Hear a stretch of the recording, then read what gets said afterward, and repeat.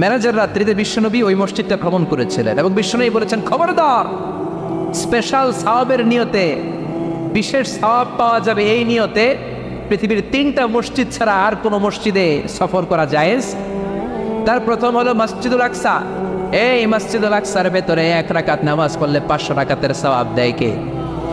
2 number মসজিদে নববী, বিশ্বনবীর কবর যেই মসজিদের মধ্যে রয়েছে, ওই মসজিদে 1 রাকাত নামাজ পড়লে 1000 রাকাত নামাজের সওয়াব দেয় কে? 3 নাম্বার মসজিদুল হারাম, যেই মসজিদুল হারামের মাঝখানে আল্লাহর ঘর রয়েছে, ওই ঘরে 1 রাকাত নামাজ পড়লে 1 লক্ষ রাকাতের সওয়াব আমলনামায় দিবে কে? আর যদি জামাতে পড়েন আরো 27 গুণ বেশি, তার মানে 1 রাকাতে 27 লক্ষ রাকাতের সওয়াব। সুবহানাল্লাহ কইবেন না? এই জন্য বিশ্বনবীর এই মসজিদে নামাজ পড়লে 1 রাকাতে 1000 রাকাতের সওয়াব, মসজিদুল আকসাতে পড়লে 1 রাকাতে 500 রাকাতের সওয়াব, আবার মসজিদুল হারামে 1 রাকাত নামাজ পড়লে 1 লক্ষ রাকাতের সওয়াব দিবে কে? তার মানে দিনের জৈতুন বলে আল্লাহ ফিলিস্তিনের কসম কেটেছেন। আর এই ফিলিস্তিনের মধ্যে মসজিদুল আকসা রয়েছে, যেটা বিশ্বনবীর মেরাজের স্টেশন।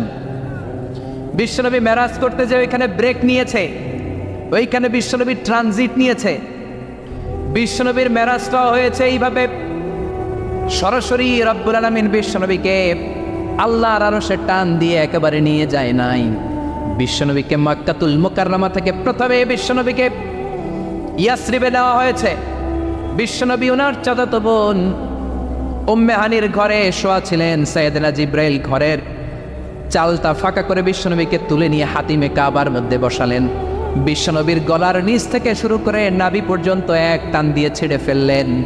বিশ্বনবীর কলিজাটাকে বের করলেন, জামজামের পানি দিয়ে বিশ্বনবীর কলিজাটাকে ধৌত করলেন, আবার কলিজা ঢুকিয়ে দিয়ে সেলাই করে দিলেন।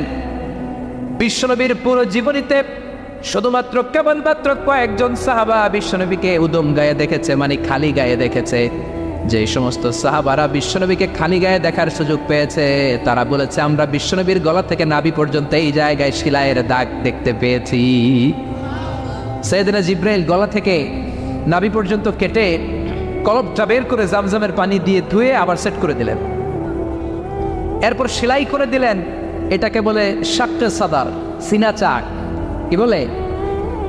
ডাক্তারি ভাষায় বলে ওপেন হার্ট সার্জারি। নাম শোনেন নাই? বিশ্বনবীর পুরো জিন্দেগিতে 2 বার এরকম ওপেন হার্ট সার্জারি হয়েছে। আল্লাহু আকবার। মেরাজের রাতে হাতিমে কাবা থেকে ওপেন হার্ট সার্জারি করে বিশ্বনবীকে সাইয়েদনা জিব্রাইল উড়িয়ে নিয়ে গেলেন একটা মরুর প্রান্তরে, ঘুটঘুটে অন্ধকার। সাইয়েদনা জিব্রাইল বললেন, ও নবী, এই জায়গায় দোয়া করেন। বিশ্বনবী দোয়া করলেন। দোয়ার পরে জিব্রাইলকে বললেন, ও জিব্রাইল, কোন জায়গায় রেখে দোয়া করতে বললা? জায়গাটা তো চিনলাম না। সাইয়েদনা জিব্রাইল বলে, নবী গো, কিছুদিন পরে আপনার এলাকা থেকে আপনি বিতাড়িত হবেন। আপনার এলাকা থেকে বিতাড়িত হয়ে যেই জায়গায় আপনি হিজরত করতে যাবেন, এই জায়গাটা হলো ওই জায়গা, হিজরতের জায়গা। জায়গাটার নাম হলো ইয়াসরিব। ইয়াসরিব মদিনার পূর্ব নাম হচ্ছে ইয়াসরিব। আবার সেখান থেকে বিশ্বনবীকে তুলে এক পাহাড়ের উপরে নেওয়া হলো। এগুলো মেরাজের রাতের ঘটনা। ওই পাহাড়ে নামিয়ে বলা হলো, ও নবী, আপনি দোয়া করেন। তার মানে প্রথম স্টেশন মদিনা, ইয়াসরিবে। দ্বিতীয় স্টেশন পাহাড়ের উপরে। ব্রেক নিচ্ছেন। ব্রেক নিয়ে নিয়ে বড় জার্নির জন্য বিশ্বনবীকে তৈরি করছে কে? কারণ একটু পরে এমন জোরে টান দিবে, 7 আকাশ ভেদ করে আল্লাহর আরশে চলে যেতে হবে। চিল্লা এখন ঠিক কিনা? পাহাড়ের উপরে নামিয়ে বললেন, ও নবী, দোয়া করেন। বিশ্বনবী পাহাড়ের উপরে দোয়া করলেন। এবার বললেন, ও জিব্রাইল, আইয়ু জাবালিন হাদা? অন্ধকার, ঘুটঘুটে অন্ধকার, কিছু দেখি না, এটা আবার কোন পাহাড়? সাইয়েদনা জিব্রাইল বললেন, ও নবী, এই পাহাড়টা হলো জাবালু মুসা, আপনার ভাই মুসার পাহাড়। এটা হলো তুর পাহাড়। তুর পাহাড়ের চূড়ায় এসেছেন। সেখান থেকে আরেক ব্রেক দিয়ে বিশ্বনবীকে মসজিদুল আকসাতে নেওয়া হয়েছে। যে মসজিদুল আকসা ফিলিস্তিনের ভূখণ্ডে অবস্থিত, যে মসজিদে 1 রাকাত সালাত আদায় করলে 500 রাকাতের সওয়াব আমলনামায় ঢুকিয়ে দিবে কে? আবার এই ফিলিস্তিন বিলাদুস শাম, এই শাম দেশ যেন তেন জায়গা নয়। 2টা বর্ণনায় পাওয়া যায় কিয়ামতের ময়দানটা হবে আরাফাতের ময়দানে। আবার আরেকটা বর্ণনায় পাওয়া যায় কিয়ামতের ময়দানটা হবে সিরিয়া, ফিলিস্তিন, এই শামের ভূখণ্ডের ময়দানে। পড়েন সুবহানাল্লাহ। সাইয়েদনা ঈসা আলাইহিস সালাম দাজ্জালকে হত্যা করার জন্য বাংলাদেশে নামবে না। দাজ্জালকে হত্যা করার জন্য সৌদি আরবেও নামবে না, মিশরেও নামবে না। ইরাকেও নামবে না, লেবাননেও নামবে না, আলজেরিয়াতেও নামবে না, তিউনিশিয়াতেও নামবে না, মরক্কোতেও নামবে না। সৈয়দনা ঈসা আলাইহিস সালাম দাজ্জালকে হত্যা করার জন্য ফিলিস্তিনের দামেস্কের জামে মসজিদের সবচেয়ে বড় মিনারার পাশে দুইজন ফেরেশতার পাখার উপরে ভর করে জামিনে নেমে আসবেন। এই জায়গাটা অনেক গুরুত্বপূর্ণ জায়গা। আল্লাহ বলেছেন বারাকনা হাওলা, এই পুরো এলাকাটাকে আমি বরকত দিয়ে ছেয়ে দিয়েছি। পড়েন আল্লাহু আকবার। আবার এই জায়গায় বিশাল একটা যুদ্ধ হবে। ফিলিস্তিনের একটা শহর আছে আল গৌতা, এই গৌতা শহরে মুসলমানদের কেন্দ্রবিন্দু হবে। কিয়ামতের আগ দিয়ে যা যা ঘটবে সব এই ফিলিস্তিনে ঘটবে। এই জন্য তিন আর জাইতুনের কসম কাটার মধ্য দিয়ে ফিলিস্তিনের কসম কেটেছে কে? এই ফিলিস্তিনের বাইতুল আহাম, যেটাকে বলে বেথেলহাম, এই বেথেলহাম সিটিতে ঈসা আলাইহিস সালামের জন্ম। সুবহানাল্লাহ পড়েন। যাইতে মনে চায় সৌদি আরব, যাইতে মনে চায় মক্কা, যেতে মনে চায় মদিনাতে, বিশ্বনবী শুয়ে আছেন সেখানে। দেখা দাও রাসূলুল্লাহ, ধন্য করো দিদারে, আমি কেঁদে কেঁদে হই গো সারা, ধন্য করো দিদারে। দুই সাথীকে পাশে নিয়ে হায় ঘুমিয়ে আছো নিঝুম নিরালায়, আমি সইতে পারি না বিরহ জ্বালা, ধন্য করো দিদারে। ডেকে লও হাবিবাল্লাহ, ধন্য করো দিদারে। পড়েন আমিন। অসাধারণ কথামালা এই গানের, কিন্তু সামান্য একটু সমস্যা আছে। বিশ্বনবীর কাছে দিদার চাওয়া যায় না, দিদার চাইতে হবে কার কাছে? দেখা দাও মাবুদ আল্লাহ, ধন্য করো দিদারে, আমি কেঁদে কেঁদে হই গো সারা, ধন্য করো দিদারে। পড়েন আমিন। এজন্য বিশ্বনবীর দিদার আল্লাহর পক্ষ থেকে অনেক বড় নেয়ামত, কিন্তু দিদার বিশ্বনবী দিতে পারে না। দিতে পারে কে? বিশ্বনবী স্বপ্ন যুগে কাকে এসে ওনার নুরানি চেহারাটা দেখাবেন, এটা বিশ্বনবীর সিদ্ধান্তে নয়, একজনের সিদ্ধান্তে। তিনি কে? এজন্য বলতে হবে ডেকে লও মাবুদ আল্লাহ। চিল্লায় কোন ঠিক কিনা? বিশ্বনবীর চেহারাটা বড় সুন্দর ছিল। এত সুন্দর চেহারার মানুষ পৃথিবীতে দ্বিতীয়টা নাই। ওই চেহারা নিয়ে বিশ্বনবী আয়নার সামনে যখন দাঁড়াতেন, উনি বলতেন আল্লাহুম্মা হাসসানতা খালকি ফাহসিন খুলুকি। এর মানে হলো আল্লাহ আমার চেহারাটা আপনি যেমন সুন্দর করেছেন, আমার চরিত্রটাও সুন্দর করে দিয়ে। This is the attitude. এটাকে বলা হয় attitude. What a marvellous amazing attitude he belongs. বিশ্বনবীর কি সুন্দর অ্যাটিটিউড ছিল। সুন্দর চেহারা নিয়ে আয়নার সামনে দাঁড়িয়ে তিনি বলতেন আল্লাহ আমার চেহারাটা যেমনি সুন্দর করেছ, আমার চরিত্রটাকেও সুন্দর করে দাও। আমার বাহিরটা যেমন সুন্দর আল্লাহ, আমার ভেতরটারও সুন্দর করে দিও। পড়েন আমিন। এই আয়নার দোয়া পারেন তো? আয়নার সামনে দাঁড়ায় এই দোয়া পারেন তো? নাকি বলেন আয়না বসাইয়া দিও কলবের ভিতর? এগুলো বলবেন? পড়েন আল্লাহুম্মা হাসসানতা খালকি ফাহসিন খুলুকি, আল্লাহুম্মা হাসসানতা খালকি ফাহসিন খুলুকি।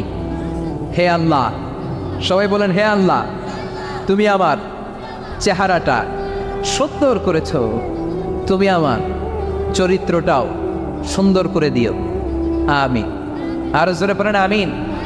এই জন্য নিজে যখন আয়নার সামনে দাঁড়াবেন এটা বলবেন, আপনার স্ত্রী যখন আয়নার সামনে দাঁড়ায় তখন এইটা বলবেন, আপনার বাচ্চা যখন আয়নার সামনে দাঁড়ায় তখন এই দোয়া পড়বেন। রাজি আছেন তো? আয়নার সামনে দাঁড়িয়ে আমরা বলবো হাসসানতা খালকি, আল্লাহ তুমি আমার চেহারাটা সুন্দর করেছো। আমরা সবাই সুন্দর, আমরা সবাই সুন্দর। যার কালার কালো, কালো চামড়ার লোক, তার মধ্যে একটা সৌন্দর্য আছে না নাই? আল্লাহ বললেন এই কালো আর ধলো এগুলো তো বাইরে। ওয়াখতিলাফু আলওয়ানিকুম ওয়া আলসিনাতিকুম, তোমাদের গায়ের রঙের ভিন্নতা, ভাষার ভিন্নতা, এগুলো আল্লাহর মিরাকেল। একজন সাদা, একজন কালো, একজন ধূসর বর্ণের, এক একজনের চেহারার সাথে আরেকজনের চেহারার মিল নাই। সুবহানাল্লাহ। এটাই সৌন্দর্য। এজন্য আল্লাহ বললেন লাকাদ খালাকনাল ইনসানা ফি আহসানি তাকওয়িম, আমি গোটা মানব জাতিকে চমৎকার একটা স্টাইল দিয়ে তৈরি করেছি। এই স্টাইলের সাথে পৃথিবীর কোনো প্রাণীর কোনো মিল থাকে না। সুবহানাল্লাহ, কি অসাধারণ আমাদের কাঠামো। আপনি যদি হিউম্যান ব্রেইন নিয়ে চিন্তা করেন, আমাদের ব্রেইনের ক্যাপাসিটি কিন্তু অনেক বেশি। এই পৃথিবীতে সবচাইতে পাওয়ারফুল যে কম্পিউটার আবিষ্কার করা হয়েছে এটার নাম Cray one super computer. United States of আমেরিকাতে যারা মিলিটারি বেসে জব করে তাদের ম্যাথমেটিক্যাল ইকুয়েশন ড্র করার জন্য, সলিউশন করার জন্য এই ক্রে-1 সুপার কম্পিউটার তারা ইউজ করে। বিজ্ঞানীরা হিউম্যান ব্রেইনের ক্যাপাসিটির সাথে ওই ক্রে-1 সুপার কম্পিউটারের তুলনা করেছে। তারা তুলনা করে দেখেছে ক্রে-1 সুপার কম্পিউটারের চেয়েও আমাদের ব্রেইন শতগুণ বেশি শক্তিশালী। আমাদের হেয়ারিং সিস্টেম নিয়ে যদি আপনি গবেষণা করেন অবাক হয়ে যাবেন। এই যে কানের মধ্যে এখানে পেঁচানো দেখা যায়, এটা কি আল্লাহ এমনি এমনি দিছে? মা খালাকতা হাদা বাতিলা, এমনি এমনি আল্লাহ কিচ্ছু দেয় নাই। এই পেঁচানো ডিজাইন না থাকলে আপনি শুনতে পেতেন না। আপনার কান দুইটা যদি কেটে কান কাটা রমজান করে দেয়, আপনি কোনো আওয়াজ শুনতে পাবেন না। এই কানের ডিজাইনগুলো, এই আঁকাবাঁকা পথগুলো আল্লাহ তাআলা দিয়েছে ইথারে ভেসে আসা সাউন্ডগুলোকে ইলেকট্রিক্যাল সিগন্যালের মাধ্যমে ভেতরে ঢুকানোর জন্য। কানের তিনটা পার্ট থাকে, একটা হচ্ছে আউটার এয়ার, একটা হচ্ছে মিডল এয়ার, তারপরে হচ্ছে ইনার এয়ার, মাঝখানে এয়ার ড্রাম থাকে। এই আউটার এয়ার থেকে, মিডল এয়ার থেকে, তারপরে ইনার এয়ারে ইলেকট্রিক্যাল সিগন্যাল দিয়ে বাতাসে ভেসে আসা এই সাউন্ডের ওয়েভগুলো, এই তরঙ্গগুলোকে ইলেকট্রিক্যাল সিগন্যাল দিয়ে ট্রান্সমিট করে ব্রেইনের হেয়ারিং নার্ভের কাছে পাঠিয়ে দেয়। এই সূক্ষ্ম কাজগুলো হতে আসলে অনেক সময় লাগে, কিন্তু 1 সেকেন্ডের মধ্যে আমি বলছি আর আপনারা সেকেন্ডে শুনছেন। চিল্লা এখন সুবহানাল্লাহ। আবার কান যেখানে রাখা দরকার আল্লাহ ওইখানে রাখলেন, চোখ দুইটা যেখানে দেয়া দরকার ওইখানে দিলেন, নাক যেখানে দেয়া দরকার ওইখানে, মুখ যেখানে দেয়া দরকার। এর চেয়ে সুন্দর করে কি আর তৈরি করা যেত? নাক এইখানে না রেখে অন্য জায়গায় সেট করলে কি বেশি সুবিধা হতো? নাক যদি পেছনে থাকতো, খাওয়ার সময় খাবারটা বাসি না ভালো এটা ঘ্রাণ নেওয়ার জন্য সব সময় খাবার পেছনে নিয়ে ধরা লাগতো, ঠিক কিনা? তার মানে নাক এই জায়গায় রাখাতে সুবিধা হয়েছে না? সুবহানাল্লাহ কইবেন না? কি সুন্দর মুখটা দিলেন, হ্যাঁ, কি সুন্দর চোখ দিলেন। এই কান দিয়ে আমরা শুনি, দেখেন কানের সেটিংটা কত সুন্দর। ধরেন ফর এন এক্সাম্পল, উদাহরণস্বরূপ এই কানটা আল্লাহ এইখানে না রেখে এই কান যদি আপনার এই বাম বগলের ভিতরে দিত, আর এই কান যদি আপনার এই বগলের নিচে দিত, তাহলে আজকে মিজানুর রহমান আজহারের ওয়াজ শোনার জন্য সবার এইভাবে বসে থাকা লাগতো 1.5 ঘন্টা। কারণ এইভাবে এখন যেভাবে আছেন এইভাবে বসে থাকলে তো কান চাপা পড়ে যেত, কথা একটাও শোনা যেত না। সুবহানাল্লাহ কইবেন না? চোখের সেটিংটা কত সুন্দর। চোখ এইখানে না রেখে যদি মাত্র 2 ইঞ্চি উপরে এইখানে দিত, সেজদা দিতে পারতেন। শীতকালে যে ফুটবল খেলেন, হেড দিতে পারতেন। হেড দিতে গেলে বল চোখের মধ্যে লাগা চোখ শেষ। সুবহানাল্লাহ পড়েন। কি অসাধারণ অবকাঠামো। এই হিউম্যান অ্যানাটমি নিয়ে গবেষণা করলে মানুষ অবাক হয়ে যায়। দেহের ভেতরে কি সমস্ত যন্ত্রপাতি দিলেন, কিডনি দিলেন, গল ব্লাডার দিলেন, হার্ট দিলেন, লাং দিলেন। যেখানে যে অঙ্গটা রেখে দেওয়া দরকার ঠিক সেইভাবে মায়ের পেটে থাকতেই আমাদের ডিজাইন দিয়েছে কে? এতগুলো ডিজাইনের মালিক কে? 600 কোটি মানুষ যদি পৃথিবীতে থেকে থাকে তাহলে 600 কোটি ডিজাইন লাগছে না ওনার? আরো কয়শো কোটি আসবে আমরা জানি। কয়শো কোটি ডিজাইন চলে গেছে জানি। একটা ডিজাইনের সাথে আরেকটা ডিজাইনের মিল আছে। চিৎকার করে বলেন এই কারিগরটা কে? এজন্য আল্লাহ বলেন 4টা জিনিসের কসম কেটে তোমাদেরকে আমি যেটা বলবো শোনো। লাকাদ খালাকনাল ইনসানা ফি আহসানি তাকওয়িম, আমি মানুষের আকৃতিটা, মানুষের চেহারাটা বড্ড সুন্দর করে তৈরি করেছি। এত সুন্দর করে আল্লাহ তৈরি করেছেন, এর কোনো বাতিল নাই, কোনো বিকল্প নাই। চোখ যেমন হওয়া দরকার ঠিক তেমন। এই চোখ নিয়ে কত গবেষণা হয়েছে শুনলে অবাক হয়ে যাবেন। মাত্র 2 মিলিমিটার ডাইমেনশনের ছোট্ট আমাদের এই চোখ। এই চোখ দিয়ে আমরা অনেক কিছু দেখি। কাছের জিনিস যেমনি দেখি, দূরের জিনিসও দেখি। দূরের চাঁদ দেখি, দূরের সূর্য দেখি, দূরের মেঘমালা দেখি, ওই বিমানটাকে দেখি, আবার কাছের ছোট্ট মানুষটাকেও দেখি, ঠিক কিনা? এটার ভেতরে আল্লাহ অনেক পাওয়ারফুল মেগাপিক্সেল দিয়েছেন। এই পৃথিবীতে সবচাইতে পাওয়ারফুল যে ক্যামেরাগুলো আবিষ্কার হয়েছে মুভি শুট করার জন্য, সেখানে যে মেগাপিক্সেল আল্লাহ দিয়েছেন চোখের ভেতরে এর কয়েক গুণ বেশি দিয়েছেন। চিল্লায় বলেন আল্লাহু আকবার। এই চোখ দিয়ে মেডিকেল সায়েন্স বলছে human ice can identify more than 10 million colours. 1 মিলিয়নে 10 লক্ষ 10 মিলিয়নে কত? 1 কোটি। তার মানে এই চোখ দিয়ে আমরা আমাদের এক একটা চোখ দিয়ে 1 কোটি ধরনের রং শনাক্ত করতে পারি। এক লাল রঙের মধ্যে কত লাল, লাইট রেড, ডিপ রেড, কত ধরনের মিক্স করে কত কালার হয়, সব কিছু চোখ দিয়ে আমরা ধরতে পারি। চিল্লায় বলেন আল্লাহু আকবার। জিহ্বা দিয়ে স্বাদ নেওয়ার সুযোগ দিলেন। এই জিহ্বার পার স্কয়ার সেন্টিমিটারে টেস্ট বার্ড রয়েছে 184টা। সেই হিসাবে আপনার জিহ্বার উপরিভাগ দিয়ে আপনি 10,000-এরও বেশি ধরনের খাদ্যের স্বাদ আস্বাদন করতে পারেন। চিৎকার করে পড়েন আল্লাহু আকবার। এক একটা অঙ্গ নিয়ে যদি আপনি গবেষণা করেন, কত কাজ করার সুযোগ আল্লাহ তাআলা দিয়ে দিলেন। 206টা নাকি হাড্ডির পিস রেখেছে আল্লাহ এক একটা দেহের ভিতরে। 206টা না, 206টা হাড় আছে। আমাদের প্রত্যেকের দেহের ভিতরে কয় পিস হাড্ডি? কথা কয় না, 206টা। সবচেয়ে ছোট হাড়টা আছে কানের ভেতরে। সুবহানাল্লাহ পড়েন। সবচেয়ে ছোট হাড়, এক একটা অঙ্গ কত সুন্দর এরকম বেন্ড করা যায়, হাত পা নাড়ানো যায়, এইখানে একটা টুইস্ট করা যায়, এইখানে টুইস্ট করা যায়, আবার কবজি টুইস্ট করা যায়, আবার এইখানে এক একটা আঙ্গুলে কতগুলো টুইস্ট করা যায়। সুবহানাল্লাহ কইবেন না? কত কাজ এ হাতের। এই হাত দিয়ে ঘুষি মারা যায়, হ্যাঁ, হাত দিয়ে আটার খামির বানানো যায়, হাত দিয়ে ভারী জিনিস উত্তোলন করা যায়। আবার এই হাত দিয়ে দেখেন ক্রিকেটাররা কি সুন্দর বল করে, এটা দিয়ে স্পিন বল করে, লেগ স্পিন করে, অফ স্পিন করে, পেস বল করে। এক হাতের মধ্যে কত কারসাজি। সুবহানাল্লাহ করে না? আবার বা হাতে স্পিন করে না, বল এদিকে পড়ে ওইদিকে চলে যায়, আছে না নাই? আবার এই আঙ্গুল দিয়ে কত কাজ। বাজার থেকে বাজার করে যখন বাজারের ব্যাগ যখন নিয়ে আসেন, হাতে ধরেন নাকি আঙ্গুলে ধরেন, কত কাজ। এই আঙ্গুল দিয়ে মোবাইল টিপে আমরা মোবাইল ইউজ করি, আঙ্গুল দিয়ে ল্যাপটপে আমরা টাইপ করি। ডাক্তাররা এই আঙ্গুল দিয়ে সুই ইউজ করে সূক্ষ্ম সূক্ষ্ম সার্জারির কাজগুলো করে। অবাক হয়ে যাবেন এই আঙ্গুলের কত কাজ। এই আঙ্গুল দিয়ে আবার এখন ক্রিকেটেও এরকম 2 আঙ্গুল তুললে ছক্কা, আছে না নাই? আবার 1 আঙ্গুল তুললে আউট, আবার এটা তুললে ভিক্টরি, বিজয় চিহ্ন। দেখবেন যত নেতা খেতা করে পুলিশে ধরে এটা দেখায়, আছে না নাই? এইভাবে কত ধরনের নমুনা আমরা ইউজ করি, কতভাবে হাতগুলোকে ইউজ করি, কতভাবে পা গুলোকে ইউজ করি। দেহের এই সৌন্দর্য আমাদের দান করেছে কে? লাকাদ খালাকনাল ইনসানা ফি আহসানি তাকওয়িম।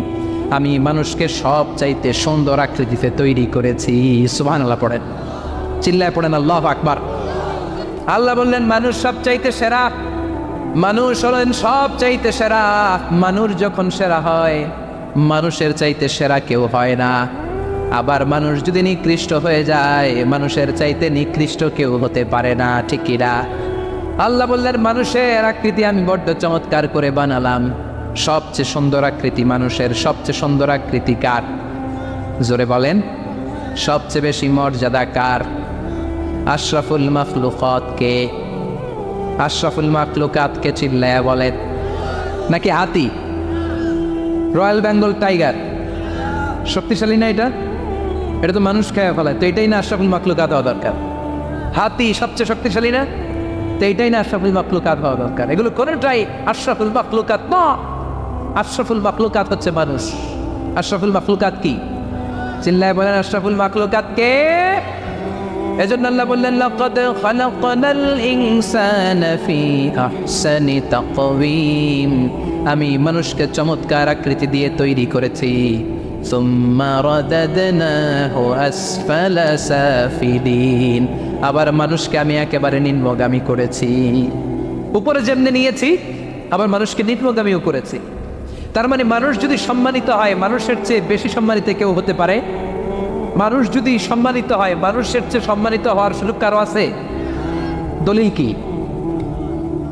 দলিল হচ্ছে বিশ্বনবী যখন মেরাজে যাচ্ছিলেন, একটা সার্টেন লেভেল, যে একটা নির্দিষ্ট জায়গায় যে সাইয়েদনা জিব্রাইল বললেন ইয়া রাসূলুল্লাহ আমি আর উপরে যেতে পারবো না, আমার খেলা এই জায়গায় শেষ, নবী আপনার খেলা এখন শুরু। সুবহানাল্লাহ। ও নবী, এই জায়গার নাম সিদরাতুল মুনতাহা, এটা সীমান্ত বৃক্ষ, এটা হচ্ছে বর্ডার এরিয়া। কি এরিয়া? এটা হলো বর্ডার এরিয়া, এখানে আমার খেলা শেষ। আজীবন আমি এই জায়গায় এসে কান পেতে আল্লাহর অর্ডার শুনেছি, আর ওই অর্ডার তামিল করার জন্য দুনিয়াতে নেমেছি। আমি জিব্রাইলের উপরে যদি 1 ইঞ্চি উপরে ওঠার চেষ্টা করি, আমার শত শত পাখাগুলোকে জ্বালিয়ে ছাই করে দিবে কে? সাইয়েদনা জিব্রাইলের উপরে যেতে পারে নাই, যেখানে সাইয়েদনা জিব্রাইলের খেলা শেষ ওইখানে বিশ্বনবীর খেলা শুরু হয়েছিল। কোন সুবহানাল্লাহ। তার মানে মানুষ যখন উপরে ওঠে, এত উপরে উঠে যায় ফেরেশতাদেরকেও হার মানিয়ে ফেরেশতাদের উপরে চলে যায়। আবার মানুষ যখন নিচে নামতে শুরু করে শয়তানকেও হার মানিয়ে নিচে চলে যায়, ঠিক কিনা? তার মানে হাইয়ার হলে সব দিক দিয়ে হাইয়ার, হাইয়েস্ট তো অল ক্রাইটেরিয়াতে সে হাইয়েস্ট, লোয়েস্ট তো অল ক্রাইটেরিয়াতে সে লোয়েস্ট। মানুষ ভালো হলে এর চেয়ে ভালো আর হয় না, মানুষ খারাপ হলে তার চাইতে খারাপ আর হয় না। এজন্য আল্লাহ বললেন সুম্মা রাদাদনাহু আসফালা সাফিলিন। মানুষকে যেমনি আমি সুন্দর আকৃতি দিয়ে তৈরি করেছি, আবার ওই মানুষকে আমি আল্লাহ নিম্নগামী করেছি, যেটা উপরে ওঠে ওইটা আবার নিচেও নামা লাগে, ঠিক কিনা? কোন কোন তাফসীরে মুফাসসিরিনে ইকরাম বলেছেন আসফালা সাফিলিন দিয়ে বার্ধক্যকে বোঝানো হয়েছে। যৌবনে মানুষের চেহারার সৌন্দর্য বেড়ে যায়, যৌবন যখন ঠিকরে পড়ে একজন তাগড়া যুবক, তার চেহারার মধ্যে যে সৌন্দর্য, ওই ছেলেটাই যখন বুড়ো হয়ে যায় তার চেহারার দিকে কেউ তাকাতে চায় না। রং ধরা যৌবন জং ধরে নাই, জং ধরে শেষ, ঠিক কি না? আবার কোন কোন মুফাসসির বলেছে না, এটা নৈতিক অধঃপতন। সুম্মা রাদাদনাহু আসফালা সাফিলিন। মানুষ যখন নিম্নগামী হয় সবচেয়ে খারাপ হয়ে যায়। এই মানুষের মধ্যে যখন নেফাকি দেখা দেয়, মানুষ যখন মুনাফিক হয়ে যায় সবচেয়ে খারাপ হয়ে যায়। মুনাফিকের চরিত্র যখন একজন মানুষের মধ্যে সে ধারণ করে, নিচে যেতে যেতে এত নিচে সে চলে যায়, শয়তান দেখে অবাক হয়ে যায়। শয়তান দেখে মনে মনে কয়, এইটাই যদি দুনিয়ায় আইবো আমারে আল্লাহ বানাইছে কেন? কথা বুঝতে পারছেন? মানুষ এত নিচে যায়, শয়তান অবাক হয়ে বলে, এইটাই যদি দুনিয়াতে থাকবে তো আমি তৈরি হইলাম কেন, আমি শয়তান হইলাম কেন? এজন্য মানুষ ভালো হলে সবচেয়ে ভালো, খারাপ হলে সবচাইতে খারাপ। তার কারণটা কি? মানুষ যখন খারাপ হয় পশুর চাইতেও খারাপ হয়ে যায়। জোরে বলেন ঠিক কিনা? আমরা বলি না তুই পশুর চাইতেও অধম। মানবিকতা হারিয়ে যখন মানুষ অন্যায় কাজ করে তখন আমরা বলি তুই পশুর চাইতেও অধম, ঠিক কিনা? এজন্য বলা হয় জনসংখ্যা বাড়ছে, মানুষ বাড়ছে না। বাড়ছে জনসংখ্যা, বাড়ছে কি মানুষ? বাড়ছে নাকি? মানুষ নাই। এই দুনিয়া এখন তো সেই দুনিয়া নাই, মানুষ নামের মানুষ আছে, দুনিয়া বোঝায় সেই মানুষের ভিড়ে আমার আসল মানুষ নাই। এই দুনিয়া এখন তো সেই দুনিয়া নাই, মানুষ নামের মানুষ আছে, দুনিয়া বোঝায় সেই মানুষের ভিড়ে আমার আসল মানুষ নাই। আসল মানুষের বড় অভাব। এজন্য বাড়ছে জনসংখ্যা, মানুষ বাড়ছে না। মানুষ যখন খারাপ হয়ে যায় পশুকেও হার মানায়। আল্লাহ বলে উলাইকা কাল আনআম বাল হুম আদাল উলাইকা হুমুল গাফিলুন। কারণ একটা সিংহ কখনো আর একটা সিংহকে মারে না। খেয়াল করে বুঝেন, সিংহ কোনোদিন সিংহ মারে নাকি? বাঘ বাঘ মারে নাকি? হাতি কোনোদিন হাতি মারে নাকি? কিন্তু মানুষ মানুষকে মারে, ঠিক কিনা? আওয়াজ করে উত্তর দেন, একটা বাঘ আর একটা বাঘকে 8 টুকরা 10 টুকরা করে নাকি? একটা হাতি আর একটা হাতিকে কোনোদিন 20 টুকরা 14 টুকরা করে নাকি?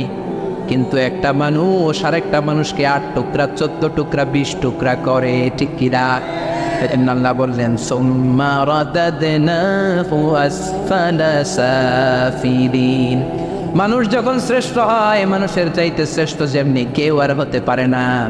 আবার মানুষ যখন নিকৃষ্ট হয়ে যায়, মানুষের চাইতে নিকৃষ্ট আর কেউ হতে পারে।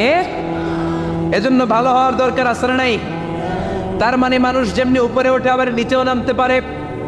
মানুষের যেমনি সুযোগ আর সম্ভাবনা বেশি, মানুষের মধ্যে বিপদ খুব বেশি। কিন্তু 2 শ্রেণীর ব্যক্তিকে বিপদ স্পর্শ করে না। কয় শ্রেণী? আরো জোরে বলে। আল্লাহ বললেন সে 2 শ্রেণী হলো ইল্লাল্লাযীনা আমানু ওয়া আমিলুস সালিহাতি ফালাহুম আজরুন গায়রু মামনুন। যারা ঈমান আনবে আর সৎকর্ম করবে, এক আল্লাহর উপরে যারা বিশ্বাস রাখবে, আর যারা দুনিয়াতে নেক আমল করবে তাদের জন্য প্রতিদান রেখেছে কে? তাদেরকে জান্নাত দেওয়ার জন্য প্রস্তুত হয়ে আছে আল্লাহ। জোরে কোন ঠিক কিনা? ওই জান্নাতে ঢোকার ইচ্ছা আছে না নাই? জান্নাতে যেতে চান তো আপনারা? যেতে চান না কারা কারা? হাত তোলেন তো। জান্নাতে যেতে রাজি আছেন? রাজি আছেন সবাই? আল্লাহ, এই দুনিয়াতে তুমি যেমনি আমাদেরকে একত্রিত করলা, জান্নাতের ময়দানেও তুমি আমাদেরকে একত্রিত করে দিও, পড়ে না আমিন। জান্নাতেও যেন আমরা এইভাবে বসে বসে তাফসীরুল কোরআনের ময়দানে থাকতে পারি, তুমি তৌফিক দাও, চিল্লায় পড়ে না আমিন। এজন্য আল্লাহ বললেন বিপদ মুক্ত হতে চাইলে দুইটা কাজ করতে হবে। এক হলো ইল্লাল্লাযীনা আমানু, ঈমান আনতে হবে কার উপরে? জোরে বলেন কার উপরে? ঈমানের পথে অবিচল থেকে আমার মরণ যেন হয়, তোমারই কাছে মিনতি আমার, তোমারই কাছে মিনতি আমার, মহামহিম দয়াময়। ঈমানের পথে অবিচল থেকে আমার মরণ যেন হয়, পড়েন আমি আর জোরে আমিন। এজন্য আল্লাহ বললেন প্রথম শর্ত হলো ঈমান আনতে হবে। ওই ঈমানের মধ্যে শিরকের মিশ্রণ থাকতে পারবে না। শিরক ছাড়া পাক্কা মুমিন হয়ে যদি আমার দরবারে আসো, জান্নাতুল ফেরদাউসের দরজা তোমার জন্য খুলে দিবে কে? দুই নম্বরে ওয়া আমিলুস সলিহাত, নেক আমল যদি করতে পারো, ঈমান আর নেক আমল এই দুইটার গ্যারান্টি যদি দিতে পারো, জান্নাতের গ্যারান্টি দিবে কে? এরপর আল্লাহ বললেন ফামা ইউকাযযিবুকা বা'দু বিদ্দীনি আলাইসাল্লাহু বিআহকামিল হাকিমিন। এত সুন্দর সুন্দর চারটা কসম দিয়ে ওয়াজ নসিহত করার পরে ও নবী, কারা আখিরাতকে অস্বীকার করে, কারা জান্নাত এবং জাহান্নামকে অস্বীকার করে? ও নবী, আমি আল্লাহ কি শ্রেষ্ঠতম বিচারক নই? আলাইসাল্লাহু বিআহকামিল হাকিমিন। আল্লাহ এখানে আপনাদেরকে প্রশ্ন করেছে, কি করেছে? কথা বলে কি করেছে? He put a question to the audience. Allah just put a question to the listener. শ্রোতাদের কাছে আল্লাহ একটা প্রশ্ন রেখে দিয়েছে। 8টা আয়াতের সূরা, সূরাতুত 3 যখন আপনি পড়ে শেষ করলেন, আল্লাহ একটা প্রশ্ন দিয়ে শেষ করবেন। আল্লাহ বললেন আলাইসাল্লাহু বিআহকামিল হাকিমিন, আমি আল্লাহ কি শ্রেষ্ঠ বিচারক নই? আল্লাহ কি শ্রেষ্ঠ বিচারক নন? আমরা বললাম বালা, অবশ্যই আল্লাহ আপনি শ্রেষ্ঠ বিচারক। আবু দাউদের বর্ণনা, বিশ্বনবী বলেন কেউ যদি সূরাতুত 3 পড়া শুরু করে, পড়তে পড়তে পড়তে পড়তে শেষ আয়াতে যখন চলে আসে, সে যখন পড়ে আলাইসাল্লাহু বিআহকামিল হাকিমিন, এর মানে হলো আমি আল্লাহ কি শ্রেষ্ঠ বিচারক নই? আমি আল্লাহ কি আহকামুল হাকিমিন নই? সূরাতুত 3 শেষ আয়াতে যখন কেউ পৌঁছে যায়, সে যেন আল্লাহর প্রশ্নের জবাব দিয়ে তারপরে সূরাটা শেষ করে। সে যেন বলে বালা ওয়া আনা আলা যালিকা মিনাশ শাহিদিন, ও আল্লাহ আমি সাক্ষ্য দিলাম অবশ্যই আপনি আহকামুল হাকিমিন, আপনি শ্রেষ্ঠ বিচারক। কারণ আল্লাহর চাইতে শ্রেষ্ঠ বিচারক আর কেউ আছে নাকি? সব বিচারকের বড় বিচারক কে? সবচেয়ে বড় বিচারপতির নাম কি? দুনিয়ার বিচারপতিদের বিচার করবেন যে এই বিচারপতি, ওই বিচারপতির নাম কি? আলাইসাল্লাহু বিআহকামিল হাকিমিন, আমি কি শ্রেষ্ঠ বিচারক নই? আল্লাহ প্রশ্ন, of course you are the জাজ অফ অল জাজেস, আল্লাহ হচ্ছে সব বিচারকের শ্রেষ্ঠ বিচারক। কারণ আল্লাহর বিচারে কোনো 2 নাম্বারই নাই, আছে নাকি? আল্লাহর বিচারে কোনো জুলুম নাই, আছে নাকি? আল্লাহর বিচারের ময়দানে ঘুষ দেওয়ার সিস্টেম নাই, আছে নাকি? আল্লাহর বিচারের দিন কোনো টেলিফোন কলে কোনো কাজ হয় না, আছে নাকি?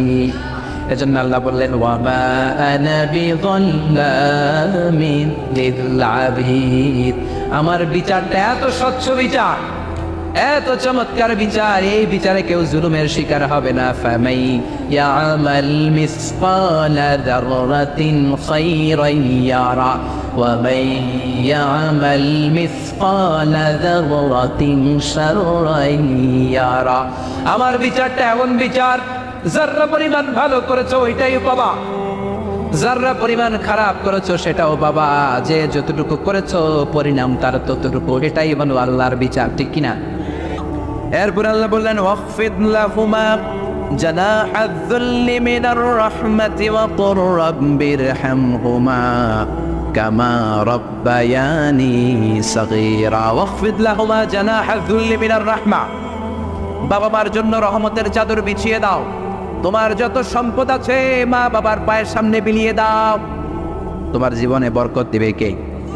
এজন্য প্রথম বেতন পেলে টাকাটা দিবেন মায়ের হাতে, গিফট কিনলে আগে দিবেন মাকে, বউরে দিবেন না ওটা বলতেছে না, বউরে তো দিবেনই, কিন্তু আগে মায়ের হাতে কিছু দিবেন, তাহলে আপনার ইনকামে বরকত দিবে কে? আর বাবা মা একজন কিংবা দুইজন যদি দুনিয়া থেকে বিদায় নেয়, বাবা মার কবরের সামনে দাঁড়িয়ে চোখের পানি ছেড়ে তোমরা পড়ো রব্বিরহামহুমা কামা রাব্বায়ানি সাগীরা ওয়া কুর রাব্বিরহামহুমা কামা রাব্বায়ানি সাগীরা। কবরের সামনে দাঁড়িয়ে আল্লাহরে বলেন, আল্লাহ বাবা মা ছোটবেলা যেমনি আমাদেরকে আদর দিয়ে সোহাগ দিয়ে ভালোবাসা দিয়ে আগলে নিয়েছে, আমার বাবা মা ইন্তেকাল করার কারণে তোমার কাছে যাওয়ার পরে তুমিও আদর আর ভালোবাসা দিয়ে আমার বাবা মাকে কাছে টেনে নিও। পড়ে না আমিন? আর জোরে পড়ে না আমিন? এই জন্য আল্লাহর ফয়সালা দুইটা, জোরে বলেন কয়টা? সবাই বলেন। ঘুম আসছে তো জিমাই বলেন কে? ফয়সালা কয়টা? এক নম্বর ফয়সালা ইবাদত হবে একজনের, তিনি কে? দুই নম্বরে খেদমত করতে হবে কার?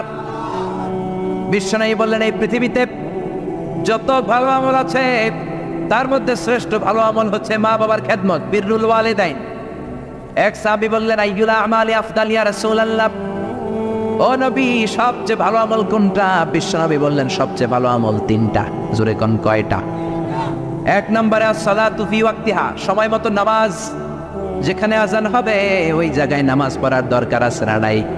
সালাতে কায়েম করো, সালাতে কায়েম করো, হবে সম্মানী তুমি, হবে জান্নাতি তুমি, হবে সম্মানী তুমি, হবে জান্নাতি তুমি, দিবে কাল হাসরে শীতল ছায়া আরশে আজিম, রব্বিয়াল আলা রব্বিয়াল আযীম। ঠিক কি না? এক নম্বর ভালো আমল হচ্ছে সময় মতো নামাজ। দুই নম্বর সবচেয়ে ভালো আমল হলো বিররুল ওয়ালিদাইন, মাতা পিতার খেদমত করা। তিন নম্বরে সবচাইতে ভালো আমল হলো আল জিহাদ ফি সাবিলিল্লাহ, আল্লাহর রাস্তায় জিহাদ করা। সুবহানাল্লাহ। তার মানে এই পৃথিবীর সবচাইতে তিনটা ভালো আমলের মধ্যে মা বাবার সাথে খেদমত করাটা আছে না নাই? এই পৃথিবীর সবচেয়ে ভালো আমল যে তিনটা, এর মধ্যে মা বাবার খেদমত করাটাও আছে, ঠিক কি না? আর এই হাদিসে বিশ্বনবী বললেন মা বাবার খেদমত করা জিহাদের চেয়ে বেশি সওয়াবওয়ালা। এক সাহাবী আসলেন, জাআ রাজুলুন ইলা রাসূলিল্লাহ ইস্তাযিনুহুল জিহাদ, এসে বললেন ও নবী জিহাদে যেতে চাই, জিহাদে যাওয়ার অনুমতি দেন। বিশ্বনবী বললেন ও সাহাবী ঘরে আব্বা আম্মা আছে নাকি? সাহাবী বললেন আছে। বিশ্বনবী বললেন ফাফিহিমা ফাজাহিদ, ঘরে যাও বাবা মার খেদমত করো, বাবা মার খেদমত করলে ঘরে বসেই জিহাদের সওয়াব পাবা। বাবা মার খেদমত করলে ঘরে বসেই জিহাদের সওয়াব পাওয়া যায়। চিল্লায় পড়েন আল্লাহু আকবার। এজন্য বাবা মা খুশি হলে আরশের মালিক খুশি, বাবা মা নারাজ তো আরশের মালিক নারাজ। এজন্য বিশ্বনবী বলতেন রেদার রাব্বি ফি রেদাল ওয়ালিদ, বাবা মা যদি খুশি হয় আল্লাহ খুশি হয়। ওয়া সাখাতুর রাব্বি ফি সাখাতিল ওয়ালিদ, বাবা মা যদি নাখোশ হয়ে যায় আরশের মালিক আল্লাহ নাখোশ হয়ে যায়। এজন্য বাবা মার কাছ থেকে দোয়া নেওয়ার দরকার আছে না নাই? বিশ্বনবী বলতেন জান্নাতে দুইটা স্পেশাল দরজা আছে, একটা দরজার নাম আব্বা, আরেকটার নাম মানে আল আব, আরেকটা আল উম। এই দুইটা দরজা আমাদের ঘরে আছে না নাই? এজন্য বিশ্বনবী বলতেন দুইটা দরজা তোমাদের ঘরে আছে, উমা জান্নাতুকা ওয়া নারুক, বাবা মাই তোমার জান্নাত, বাবা মাই তোমার জাহান্নাম। এজন্য বাবা মার সাথে কেমন আচরণ করবা তোমাদের decision, the decision is yours. তুমি ডিসাইড করবা তুমি জান্নাতে যাবা না জাহান্নামে যাবা। আপনি কপালে যত সেজদা দেন, যত কপাল কালো বানান, যতগুলো হজ করে আল হাজ টাইটেল লাগান, যত যাকাত দেন, যত আমল করেন, আপনার মা যদি আপনার উপর নাখোশ হয়ে আল্লাহর কাছে বদদুয়া দেয়, আপনার সব আমলগুলোরে বরবাদ করে দিবে কে? এজন্য বাবা মা যদি হিন্দু হয়, বাবা মা যদি নাস্তিক হয়, তারপরও মা বাবার দোয়ার দরকার আছে না নাই? বাংলাদেশে এরকম অনেক হিন্দু ফ্যামিলি আছে, ছেলে মুফাসসিরে কোরআনের তাফসীর শুই না, মুফাসসিরের হাতে হাত রেখে কালিমা পড়ে মুসলমান। এরকম হিন্দু ছেলে আসরা নাই, কিন্তু বাবা মা মুসলমান হয় নাই। এখন বাবা মার সাথে খারাপ আচরণ করা যাবে? বাবা মা যদি হিন্দু হয়, বৌদ্ধ হয়, বাবা মা যদি খ্রিস্টান হয়, সে তোমার বাবা মা, ঠিক কিনা? বিশ্বনবীর শালীর নাম আসমা, কি নাম? আসমা বিনতে আবি বকর, বুখারীর বর্ণনা। বিশ্বনবীর কাছে এসে বললেন, নবী আনা মুসলিমা, আমি মুসলিম, ওয়া উম্মি মুশরিকা, আমার মা মুশরিক, আফাসিহা, এখন আমি কি করব? আমার মায়ের সাথে ভালো আচরণ করব নাকি খারাপ আচরণ করব? বিশ্বনবী বললেন, খবরদার সিলিহা, তোমার মায়ের সাথে তুমি ভালো আচরণ করবা। বাবা মা মুশরিক হোক, কাফের হোক, তাদের দোয়া, তাদের আশীর্বাদের দরকার আছে না নাই? সাইয়েদনা ইব্রাহিম জালিল কাদের পয়গাম্বর, ঠিক কিনা? উলুল আজমি মিনার রুসুল, খলিলুল্লাহ, মুসলিম মিল্লাতের জাতির পিতা, চিল্লা এখন, ঠিক কিনা? কিন্তু ওনার আব্বারে উনি কালেমার দাওয়াত দিতে পারে নাই, দেওয়ার পরেও মানে নাই বাবার নামাজ। তারপরে উনি বাবার সাথে খারাপ আচরণ করেছে নাকি? মোলায়েম ভাষায়, কোমল ভাষায়, আদবের সাথে বাবার ডেকে বলেছে, ইয়া আবাতি লিমা তা'বুদু মা লা ইয়াসমা'ু ওয়া লা ইউবসিরু ওয়া লা ইউগনি আনকা শাইআ। ও আমার সম্মানিত পিতা, কেন ওই মূর্তির ইবাদত করেন? 10টা হাত এরকম বের করে দিয়ে দাঁড়ায় থাকে, জিহ্বা বের করে, সামনে থাকে মিষ্টি, রসমালাই, দুধ, কিচ্ছু খেতে পারে না, মাছি বসলেও তাড়াতে পারে না, ঠিক কিনা? কেন এই মূর্তির পূজা করেন? কেন এই পুতুলের ইবাদত করেন? যে এই পুতুল কানে শোনে না, চোখে দেখে না, নিজের গায়ের মাছিটা নিজে তাড়াতে পারে। বাবারে আদর করে, যত্ন করে, সম্মান দিয়ে বুঝালেন, কিন্তু বাবার সাথে কি সাইয়েদনা ইব্রাহিম খারাপ আচরণ করেছে? জোরে বলেন, খারাপ আচরণ করেছে? এজন্য বিশ্বনবী বললেন, খবরদার, মা বাবা কত রহমত, থাকলে মানুষ বোঝে না, যখন চলে যায় তখন বোঝে, কিন্তু তখন বুঝলে লাভ হয় না, ঠিক কিনা? যতদিন বাবা মা বেঁচে থাকে, বটবৃক্ষের মতো ছায়া দিয়ে থাকে, ছাতার মতো মাথার উপর দাঁড়িয়ে থাকে। অমিয়া, বন্ধু চলে গেলে বন্ধু পাওয়া যায়, ওয়াইফ চলে গেলে ওয়াইফ পাওয়া যায়, টাকা চলে গেলে টাকা পাওয়া যায়। জনম দুঃখিনী মা যদি দুনিয়া ছেড়ে চলে যায়, মারে আর পাওয়া যায় নাকি? ওগো মা, তুমি এই ধরনের শ্রেষ্ঠ নেয়ামত, তোমারই পদ তলে রয়েছে জান্নাত। ওগো মা, তুমি এই ধরনের শ্রেষ্ঠ নেয়ামত, তোমারই পদ তলে রয়েছে জান্নাত। সুবহানাল্লাহ। এজন্য মায়ের দোয়া এমন দোয়া কখনো ফিরে না। গুলি মারলে গুলি মিস হয়, ড্রোন হামলা করলে মিস হয়, ব্যালিস্টিক ক্ষেপণাস্ত্র মারলে মিস হয়, টম্বোমা মারলে মিস হয়, মায়ের দোয়া মিস হয় নাকি? কথা কর, বিশ্বাস হয়? একটু সন্দেহ সন্দেহ লাগে? Any confusion, any doubt? লা শাক্কা ফি, কোনো সন্দেহ নাই, লা রাইবা ফি, চিল্লা এখন, ঠিক কি না? মায়ের দোয়া এমন দোয়া, মায়ের দোয়াটাও কবুল, বদ দোয়াটাও কবুল, ঠিক কি না? যদি এমন হতো শুধু দোয়াটা কবুল, তাহলে দোয়া না করুক, সমস্যা নাই, কিন্তু বদ দোয়া করলেও কবুল করে কে? বদ দোয়া কবুল হয়ে গেলে সমস্যা আছে না নাই? এজন্য মা বাবার সাথে ভালো আচরণ করব। বাবা মার ছেলে মেয়েদের দৃষ্টান্ত তরমুজ আর ছুরির মতো। মা বাবা হলো ছুরি, ছেলে মেয়ে তরমুজ। তরমুজ নিচে রেখে উপর থেকে ছুরি মারলে তরমুজ কেটে যায়, আবার ছুরি নিচে রেখে উপর থেকে তরমুজ ফেললেও তরমুজ কেটে যায়। উভয় অবস্থায় তরমুজের ক্ষতি হয়, ছুরির কিছু হয়। কথা বুঝতে পেরেছেন? এই জন্য যত বড় আল্লাহর ওলি আপনি হন না, মা বাবা বদদোয়া দিলে কিন্তু লেগে যাবে, ঠিক কিনা? বনি ইসরাইলের একজন আবেদ ছিল, নাম জুরাইজ। নাম কি? বুখারীর বর্ণনা, প্রামাণ্য বর্ণনা আপনাদেরকে শোনাচ্ছি। জুরাইজ, সে একজন অনেক বড় আল্লাহর ওলি। তাহাজ্জুদের নামাজ পড়তো রাতে। তাহাজ্জুদের নামাজ ছাড়া আল্লাহর ওলি হওয়া যায়? কথা বলে, আমিনাল লাইলি ফাতাহাজ্জাদ বিহি নাফিলাতান লাকা আসা আন ইয়াবআসাকা রাব্বুকা মাকামাম মাহমুদা। তাহাজ্জুদের নামাজ যদি আপনি পড়েন, আপনার মর্যাদা বাড়িয়ে দিবে কে? এ আল্লাহর ওলি জুরাইজ থাকতেন পাহাড়ের উপর। পাহাড়ের উপরে তাহাজ্জুদের নামাজ পড়ছেন। ইন দ্য মিন টাইম ওনার মা ওনাকে ডেকেছে, ইয়া জুরাইজ আশরিবনি মোয়া, পানি খাওয়া। জুরাইজ মনে মনে ভাবে, হায় হায়, নামাজের মধ্যে দাঁড়ালাম, এখনই মায়ের তৃষ্ণা লাগলো, কি করব? মায়ের ডাকে সাড়া দেব নাকি নামাজ চালিয়ে যাব? জুরাইজ মনে মনে ভাবে, কিছুক্ষণ পরে যে মাকে পানি খাওয়াবো, আগে নামাজটা পড়ি। কিছু সময় পর তার মা আবার ডাক দিল, ইয়া জুরাইজ। জুরাইজ আবার বিপদে পড়ে যায়, হায় হায় কি করব, নামাজ পড়বো নাকি মারে পানি খাওয়াবো। আবার সিদ্ধান্ত নিল না না, নামাজটা শেষ করে যাব। 3 বার ডাকার পরে জুরাইজ নামাজের কারণে মায়ের ডাকে সাড়া দেয় নাই। মায়ের মনের মধ্যে দুঃখ লেগেছে, মা তার মনে কষ্ট পেয়েছে। মুহূর্তের মধ্যে মা 2টা হাত তুলে আল্লাহর কাছে বদদোয়া দিয়েছে। কবুল করে নিয়েছে কে? ওই যে বলছি মায়ের দোয়াও কবুল, বদদোয়াও। এটা কি মুফাসসিরে কোরআন নাকি হাফেজ না মাওলানা না আল্লাহর ওলি, ইট ডাজন্ট ম্যাটার, ওইটা কোনো বিষয় না। দোয়া করলেও কবুল, বদদোয়া তো কবুল। চিল্লা এখন ঠিক কিনা? আল্লাহর ফয়সালা কয়টা? জোরে বলেন। 1 নম্বরে ইবাদত হবে একজনের, তিনি কে? 2 নম্বরে খেদমত হবে কার? দোয়া নিবেন কার কাছ থেকে? জোরে বলেন, কার থেকে? এজন্য বাবা মার খেদমত করবেন, বাবা মার কাছ থেকে দোয়া নিবেন। জীবনটারে উজালা করে দিবে কে? ইসলাম কখনো একপাক্ষিক কথা বলে না, মনোযোগ দিয়ে শোনার চেষ্টা করেন। ইসলামের কথা দ্বিপাক্ষিক, 2 পক্ষেরই ইসলাম কথা বলে। ছেলেদেরকে বলল অবিল ওয়ালিদাইনি ইহসানা, মাতা পিতার প্রতি ইহসান করবা, কিন্তু বাবা মারেও বলে দিল তোমাদের জন্য কিছু কাজ আছে না নাই?